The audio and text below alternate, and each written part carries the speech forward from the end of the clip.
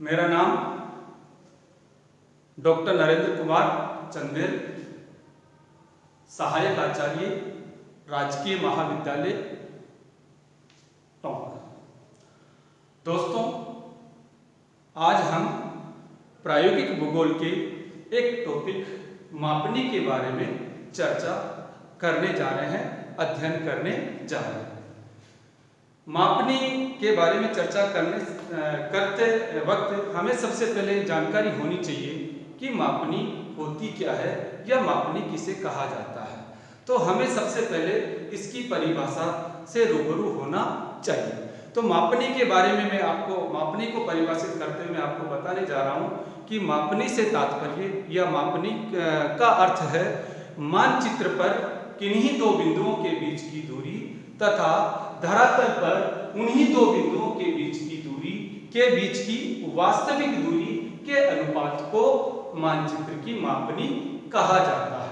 मापनी को इस रूप में भी व्यक्त किया जा सकता है कि मापनी वह युक्ति या साधन है जिसके द्वारा मानचित्र की मापनी वह युक्ति या साधन है जिसके द्वारा धरातल की वास्तविक दूरियों को छोटा करके मानचित्र पर प्रदर्शित किया जाता है। एक और परिभाषा इस रूप में दी जा सकती है कि मापनी वह अनुपात है जिसके द्वारा धरातल की वास्तविक दूरियों को छोटा करके मानचित्र पर प्रदर्शित किया जाता है। इसके बाद मापनी की परिभाषा से रूबरू होने के बाद हम चर्चा करेंगे कि मानचित्र पर मापनी कितनी विधियों के द्वारा व्यक्त की जा सकती है। मानचित्र पर मापनी प्रदर्शित करने की तीन प्रमुख विधियां हैं। नंबर 1 कथनात्मक विधि, जिसको अंग्रेजी में स्टेटमेंट मेथड कहा जाता है। नंबर 2 निरूपक भिन्न विधि, जिसको अंग्रेजी में रिप्रेजेंटेटिव फ्रैक्शन मेथड कहा जाता है, जिसको शॉर्ट फॉर्म में RF मेथड के रूप में प्रदर्शित किया जाता है।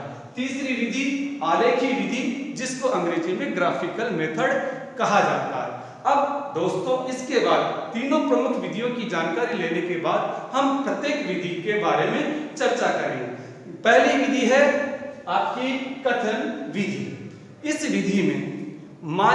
विधि में किसी मानचित्र पर उसकी मापनी को शब्दों के द्वारा प्रदर्शित किया जाता है या शब्दों के रूप में लिख दिया जाता है। जैसे 1 सेंटीमीटर बराबर 1 किलोमीटर अथवा 1 इंच बराबर 1 मील।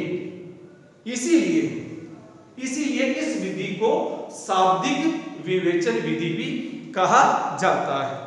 भारतवर्ष में ग्रामों के भूसंपत्ति मानचित्रों तथा व्यक्तिगत भवनों आदि के प्लानों में मापनी इसी विधि के द्वारा प्रदर्शित की जाती है।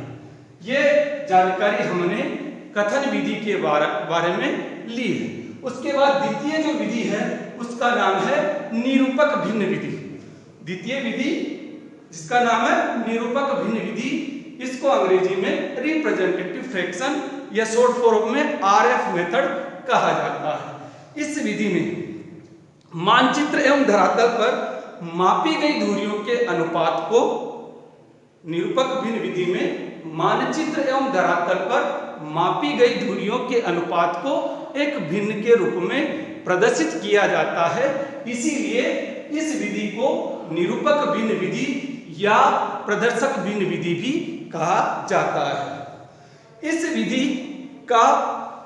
विधि में भिन्न में ऊपर वाली संख्या हंस तथा नीचे वाली संख्या हर होती है। हंस एवं हर किसी माप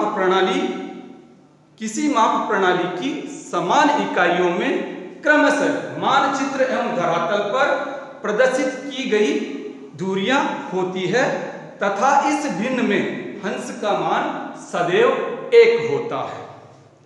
उदाहरणार्थ, यदि किसी मानचित्र की निरूपक भिन्न 1/50,000 है। उदाहरण के लिए यदि किसी मानचित्र की प्रदर्शक भिन्न या निरूपक भिन्न 1/50,000 है तो इसका अर्थ यह होगा कि मानचित्र एवं धरातल की दूरियों में 1 तथा 50,000 का अनुपात है। तो इसका अर्थ यह होगा कि मानचित्र एवं धरातल की दूरियों में 1 तथा 50,000 का अनुपात है। अर्थात मानचित्र में किसी एक माप प्रणाली की एक इकाई दूरी धरातल पर उसी माप प्रणाली में 50,000 इकाई दूरी के बराबर होती है। अतः निरूपक भिन्न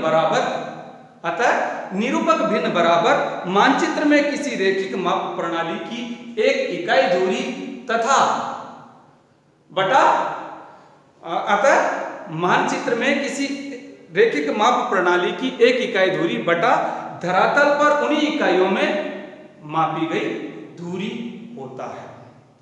इस विधि का सबसे बड़ा गुण यह होता है कि निरूपक भिन्न को देखकर, इस विधि का यानी प्रदर्शक भिन्न विधि या निरूपक भिन्न विधि का सबसे बड़ा गुण यह होता है कि इस विधि में निरूपक भिन्न को देखकर मानचित्र में प्रदर्शित धरातल की वास्तविक दूरी को किसी भी एक रेखिक माप प्रणाली में मान ज्ञात किया जा सकता है। जैसे 1/50,000 निरूपक भिन्न का अर्थ मीट्रिक प्रणाली में 1 सेंटीमीटर बराबर 50,000 सेंटीमीटर होगा, अथवा ब्रिटिश या अंग्रेजी माप प्रणाली में 1 इंच बराबर 50,000 इंच होगा। दोस्तों, इसके बाद इसके बारे में मैं आपको एक प्रमुख बिंदु के बारे में चर्चा करूंगा। इस विधि के एक प्रमुख बिंदु के बारे में चर्चा करूंगा, वो यह है कि मूल आकार में मुद्रित किए जाने वाले मानचित्रों पर मापनी इसी विधि के द्वारा प्रदर्शित की जाती है। मूल आकार में मुद्रित किए जाने वाले मानचित्रों पर मापनी व्यक्त करने की यह विधि है। अब दोनों विधियों के बारे में चर्चा करने के बाद दोस्तों हम तीसरी विधि, मापनी प्रदर्शित करने की तीसरी विधि के बारे में चर्चा करेंगे, जिसका नाम है आलेखी विधि। अंग्रेजी में इसको ग्राफिकल मेथड कहा जाता है। इस विधि में निरूपक भिन्न के अनुसार ज्ञात की गई लंबाई के बराबर मानचित्र पर एक रेखा खींच दी जाती है तथा उसे प्राथमिक एवं द्वितीयक भागों या गौण भागों में विभाजित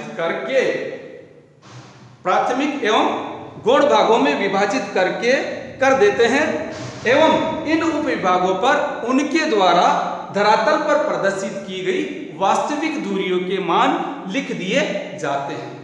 दोस्तों, इस विधि का प्रमुख गुण है कि यह विधि मूल आकार से भिन्न आकारों में मुद्रित किए जाने वाले मानचित्रों पर मापनी व्यक्त करने के लिए यह विधि श्रेष्ठ है।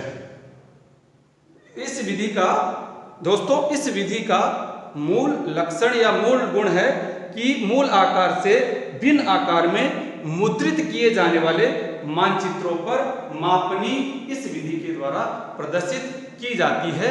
धन्यवाद दोस्तों।